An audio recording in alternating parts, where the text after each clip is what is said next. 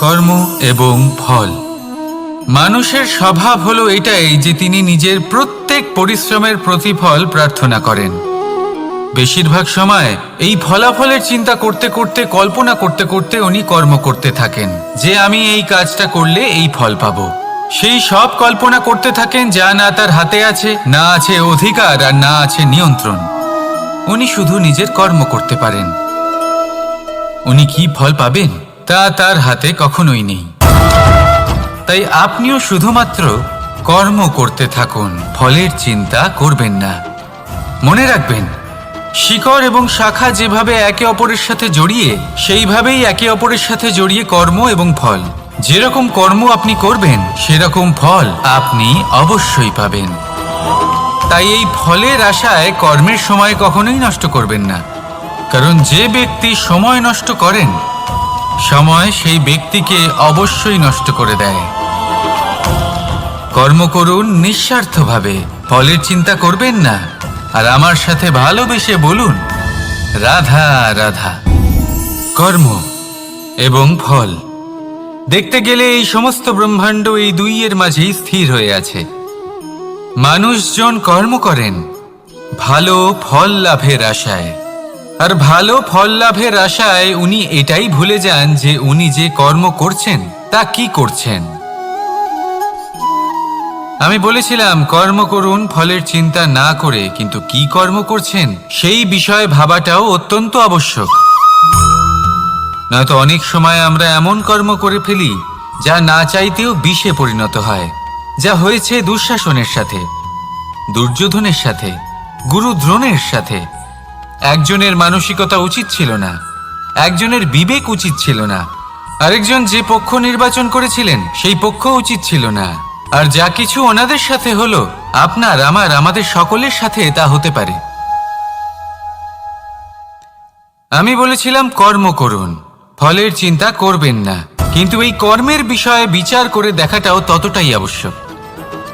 দেখুন, কর্ম করার উচিত প্রক্রিয়া ফলের চিন্তা না করা, কিন্তু যদি আপনার কর্ম শুভ হয় তাহলে তার ফলও নিয়তি আপনাকেই দেবে। সর্বদা কর্ম করার সময় এটা ভাবুন যে আপনার এই কর্ম এই সংসারকে, এই সমাজকে, আপনার পরিবারকে, আপনার আশেপাশের মানুষজনকে কোন দিশায় নিয়ে যাবে। যদি এটা সবার জন্য মঙ্গলময় হয় তাহলে কর্ম করতে থাকুন।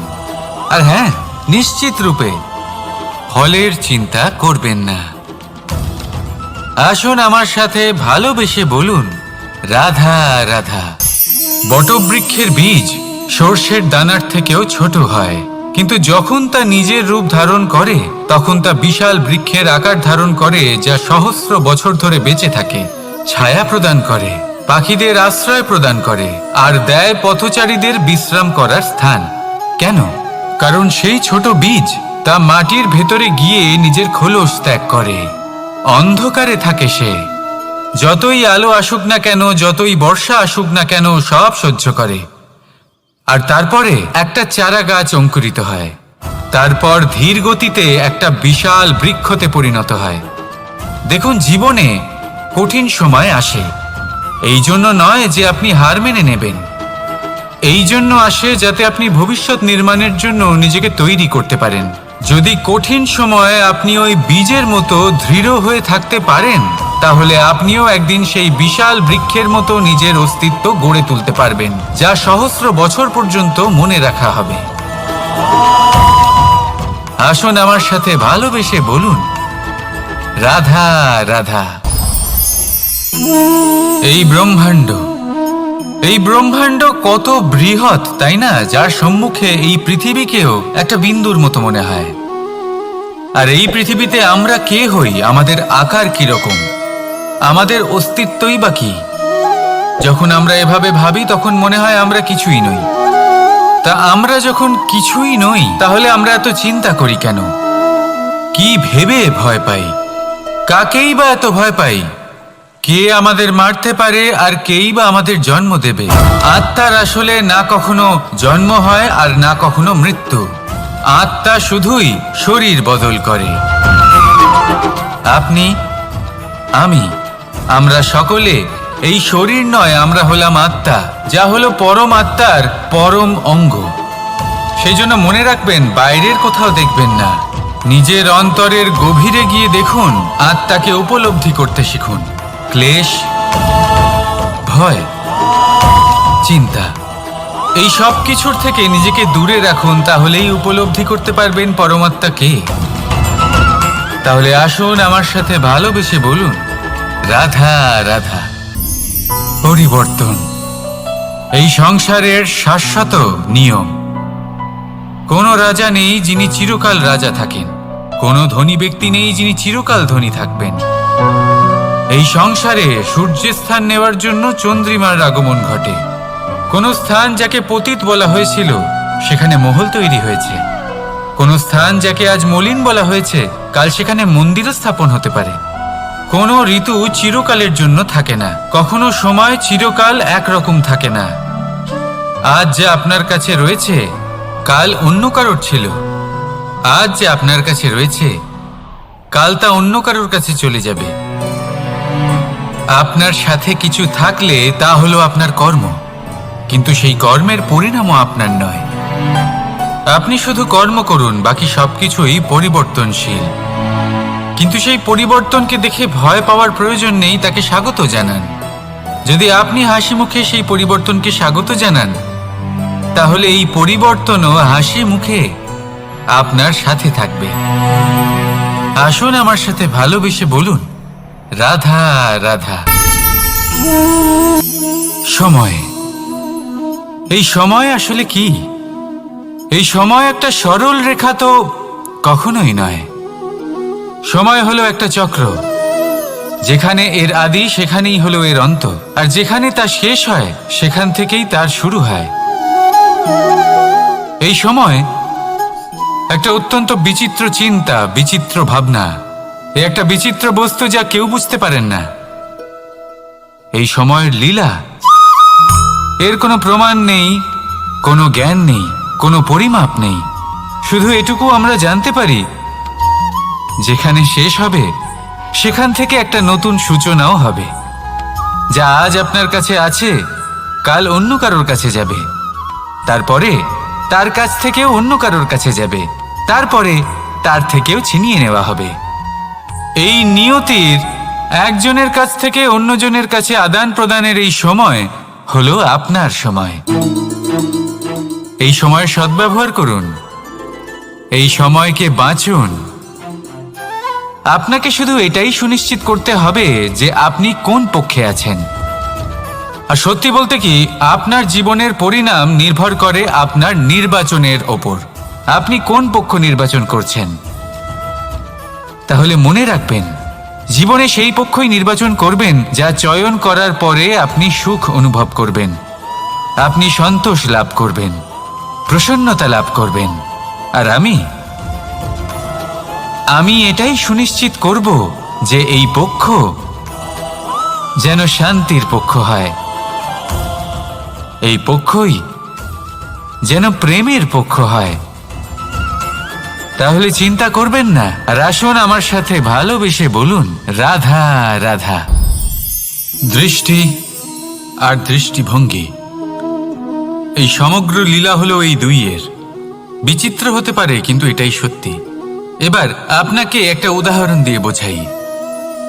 অনেক সময় আপনি কোনো ব্যক্তিকে এটা বলতে শুনবেন যে আমি আমার নিজের উপরে গর্ব করি, আমি নিজেকে নিয়ে গর্ব করি, আমি খুব ভালোভাবে আমার মা বাবার সেবা করি, ওনাদের আমি সবসময় সুখী রাখি, ওনাদের আমি একটা বাড়ি দিয়েছি, সকল সুখ সুবিধা দিয়েছি, ওনাদের জীবনে প্রত্যেক জিনিস দিয়েছি আর দেব যা তাদের প্রয়োজন।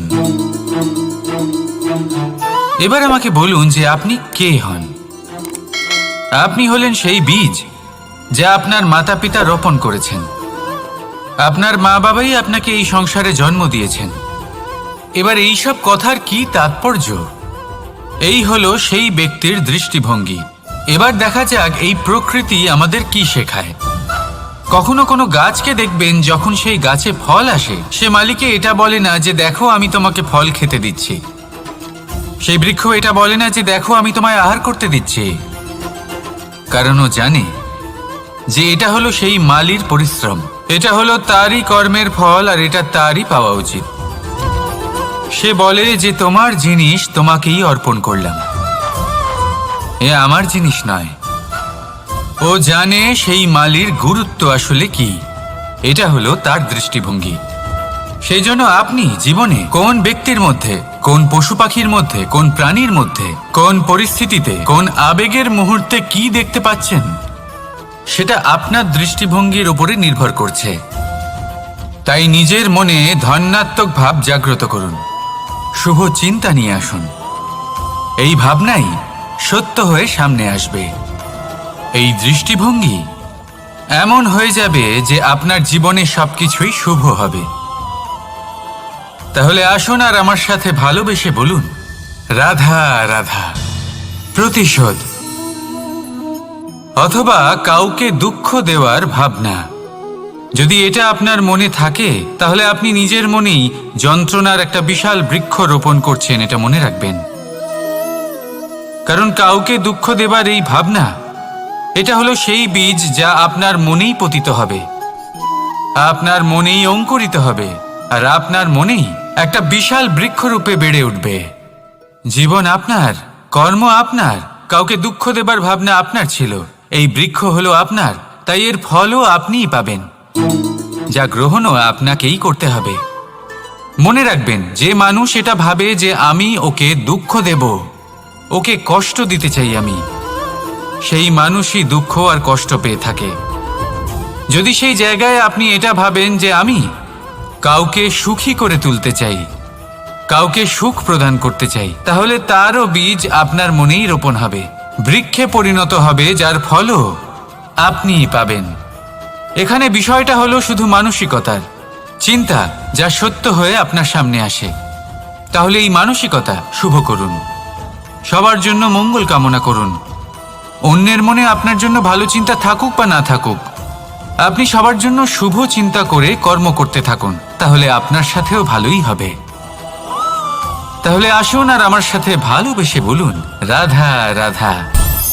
সুখ আর অভিজ্ঞতা, এই দুই জীবনে একসাথে কখনোই আসে না।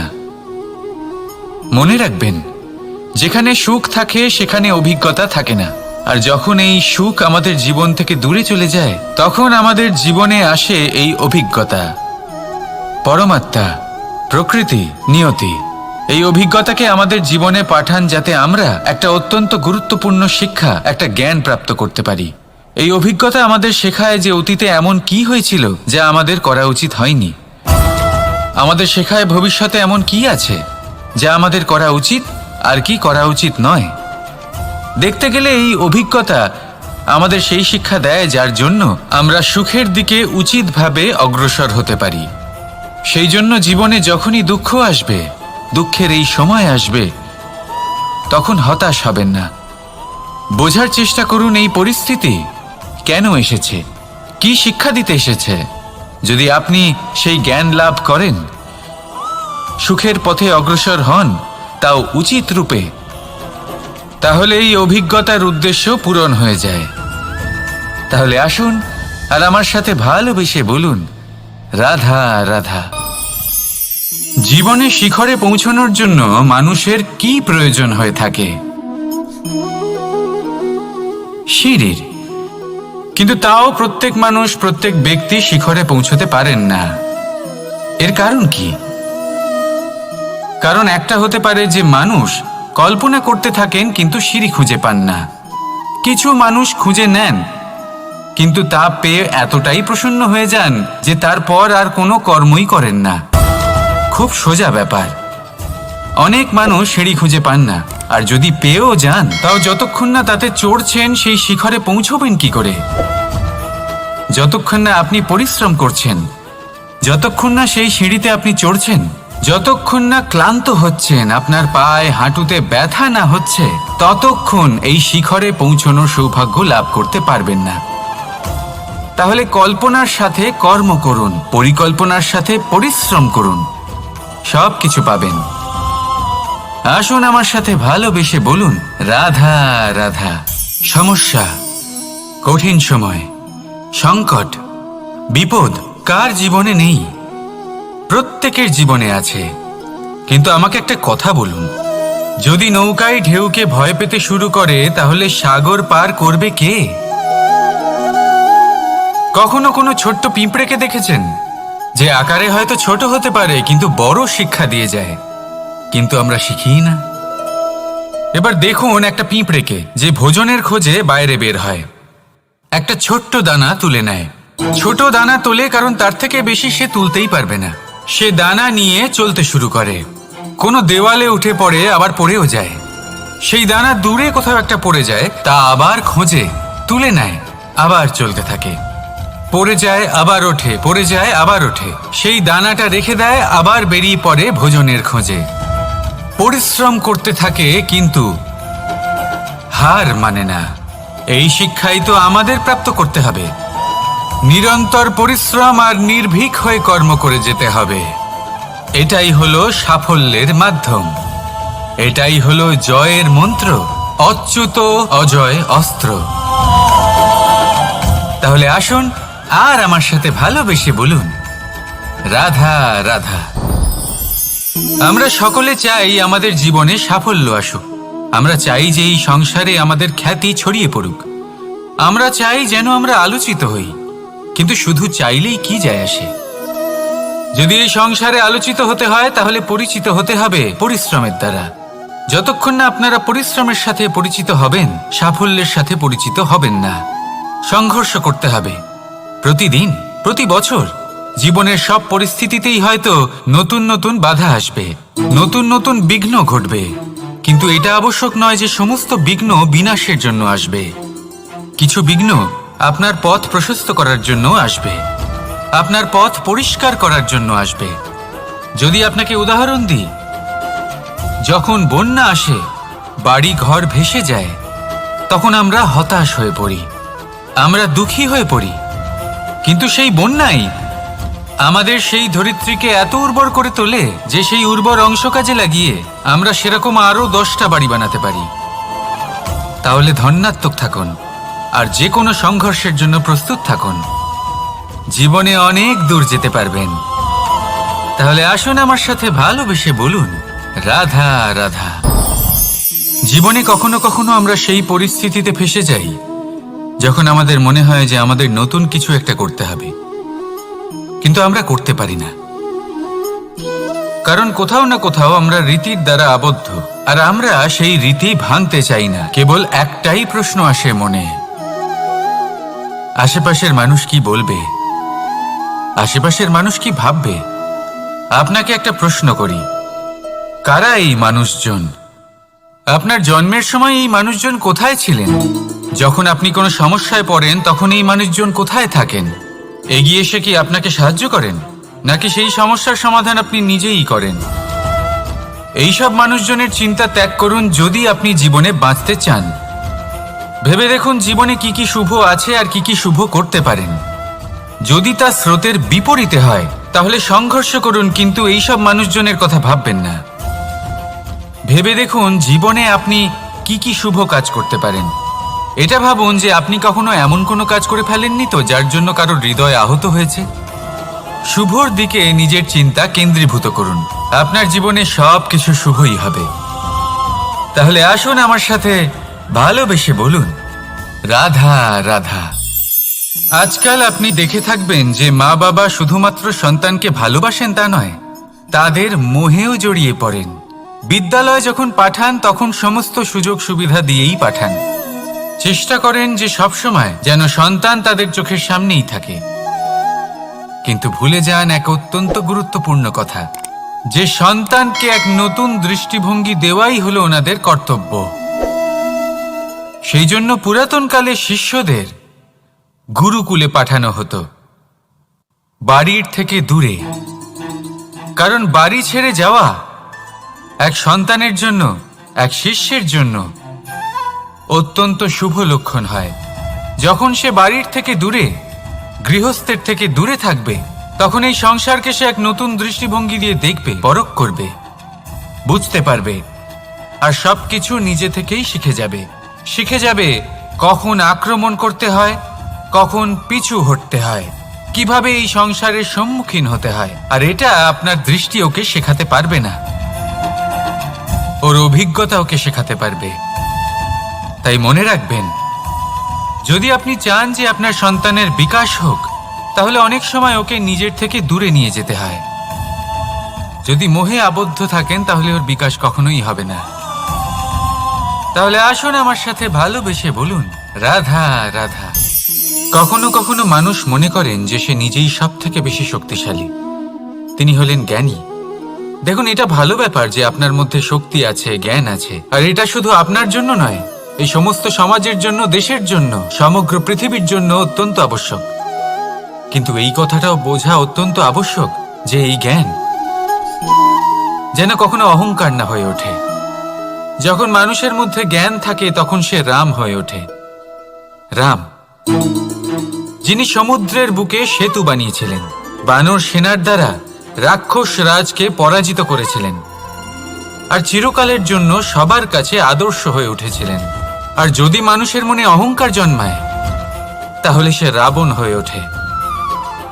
দেশে বিদেশে যতই খ্যাতি থাকুক না কেন, সে রাক্ষস হয়ে ওঠে, নিজের সাথে সাথে সমস্ত কুলের বিনাশ করে বসে। এবার জ্ঞান নাকি অহংকার, আপনার কি চাই সেই সিদ্ধান্ত আপনার, আর আপনার এই সিদ্ধান্তই নিশ্চিত করবে যে আপনার কর্ম কি হবে, আর আপনার এই কর্মই নিশ্চিত করে দেবে আপনার প্রারব্ধ কি হবে। তাহলে শুভ কর্ম করুন আর আমার সাথে ভালোবেসে বলুন, রাধা রাধা। লক্ষ্যে পৌঁছানো অত্যন্ত কঠিন হয়। কেউ ভাবেন যে কেন এত কঠিন হয়, কেন এত কষ্ট করতে হয় লক্ষ্যে পৌঁছানোর জন্য। এই লক্ষ্য সরলভাবে কেন আমার কাছে চলে আসে না? চলুন আপনাকে একটা কথা বলি, যদি আপনার লক্ষ্য কঠিন না হয় তাহলে তাকে পাওয়া আপনার পক্ষে অসম্ভব হয়ে উঠবে।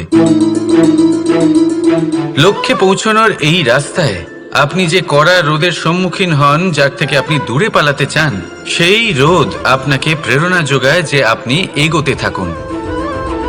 ভাবুন, একজন যাত্রী যে কিনা নিজের লক্ষ্যের দিকে যাচ্ছেন, সেই পথে উনি যদি একটু ছায়া পেয়ে যান আর উনি ওখানে বিশ্রাম নেন, তাহলে তার সাথে তার ভাগ্য গভীর নিদ্রায় সেখানে বিলীন হয়ে যায়। তাই এই পরিশ্রমের করা রোদের থেকে কখনো দূরে পালাবেন না।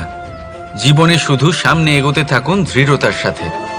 আর লক্ষ্য সরল হোক, কঠিন হোক বা অত্যাধিক কঠিন হোক, একটা কথা মনে রাখবেন, যে জীবনের লক্ষ্যে পৌঁছতে পেরেছে সে লক্ষ্য প্রাপ্তির জন্য আফসোস কখনোই করে না।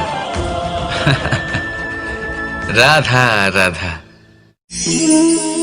যে কোনো বস্তুর বা প্রাণীর আকার, স্থিতি, পরিস্থিতি বা শক্তি দেখে আপনি কি তার ক্ষমতার অনুমান করতে পারবেন? কখনোই না। আসুন আমি আপনাকে উদাহরণ দিই একটা তলোয়ারের। সেই তলোয়ার যার দ্বারা আপনি অনেক বড় বড় যুদ্ধ জেতেন, বড় বড় রাজাদের পরাস্ত করতে পারেন। এবার আপনি যদি এই তলোয়ার কাউকে দেখিয়ে তার থেকে তার বস্ত্র ছিনিয়ে নেন, তাহলে দেখবেন যখন সেই বস্ত্র ছিঁড়ে যায় তখন একটা ছোট্ট সূচি চমৎকার করতে পারে। তখন এই তলোয়ার কোনো কাজে লাগবে না। সেইভাবেই একটা মাছ কখনো বনে গিয়ে শিকার করতে পারে না, আর সেইভাবেই সিংহ জলের রাজা হতে পারে না। প্রত্যেকের নিজের নিজের দুর্বলতা রয়েছে, প্রত্যেকের নিজের নিজের শক্তি রয়েছে, আর এই প্রকৃতি সবাইকে এইভাবেই বানিয়েছে যে প্রত্যেকের মধ্যে কোনো না কোনো বিশেষ গুণ অবশ্যই থাকে। তাই যদি আপনি নিজের মধ্যে বা অন্যদের মধ্যে শুধুই দোষ দেখতে পান, তাহলে একটু উপর থেকে দেখুন, সবার মধ্যে বিশেষ গুণ খুঁজে দেখতে শুরু করুন। আপনি বুঝবেন আপনি নিজেও কত বিশেষ আর অন্যরাও কত বিশেষ। আপনি বুঝবেন এই সংসার, এই প্রকৃতি হলো কতটা বিশেষ। তাহলে আসুন আমার সাথে ভালোবেসে বলুন, রাধা রাধা। জলরাশির সাথে আমার প্রেম চিরন্তনের। তা সে মথুরার যমুনা নদীই হোক বা দ্বারকার সমুদ্রই হোক। সমুদ্রের ধারে চলতে চলতে যখন সেই কোমল ঢেউ পা ছুঁয়ে যায়, আহা, ক্লান্তি যেন দূর হয়ে যায়। আমাদের মধ্যে একটা শক্তির জন্ম দেয়, মনকে উৎফুল্ল করে তোলে। সেই ঢেউয়ের বিষয় কি আপনারা কখনো ভেবেছেন? এই ঢেউই যখন তটে আসে ছোট পাথরের সাথে ধাক্কা খেয়ে বিক্ষিপ্ত হয়ে যায়। আর এমন এক সময়ও আসে যখন এই ঢেউই এত ভয়ঙ্কর হয়ে ওঠে যে সবকিছু ধ্বংস করে দেয়, সবকিছু নষ্ট করে দেয়। এর একটা সারমর্ম রয়েছে, একটা অত্যন্ত গুরুত্বপূর্ণ শিক্ষা রয়েছে যে কখনো কাউকে দুর্বল মনে করবেন না, কখনো না। কারণ এই দুর্বলতা যখন তার প্রকৃত শক্তির রূপ দেখায়, প্রবল বিনাশ সৃষ্টি করে। তাই কারোর বিনম্রতার, কারোর কোমলতার সর্বদা সম্মান করতে শিখুন। রাধা রাধা। লক্ষ্য, পথ আর সাফল্য, এই তিনটেই একে অপরের সাথে জড়িত, কিন্তু অনেকবার মানুষ এদের ঠিকভাবে বুঝতে পারেন না। তারা ভাবেন যে যেরকম লক্ষ্য হবে সেরকমই পথ হবে, সেই মতোই লক্ষ্য কঠিন হলে পথ কঠিন হবে, লক্ষ্য সরল হলে পথও সরল হবে। যদি আপনাকে আসল সত্যের সাথে অবগত করাই, তাহলে দেখবেন সবকিছুই এর উল্টো। লক্ষ্য নিজের পথ বানায় না, পথ সেটাই যেটা আপনি স্বয়ং নির্বাচন করে আপনি নিজে বানান। সেই অনুসারেই আপনি আপনার লক্ষ্যে পৌঁছতে পারবেন। সেই জন্য জীবনে যখনই লক্ষ্যে পৌঁছানোর পথের বিষয়ে আপনি কোনো সিদ্ধান্ত নেবেন, তাহলে তা ভেবে চিন্তে নেবেন, কারণ এই পথ অত্যন্ত গুরুত্বপূর্ণ। পথ যদি শুভ হয়, তাহলে লক্ষ্য আপনা থেকেই শুভ হয়ে যায়। তাহলে আসুন আমার সাথে ভালোবেসে বলুন, রাধা রাধা।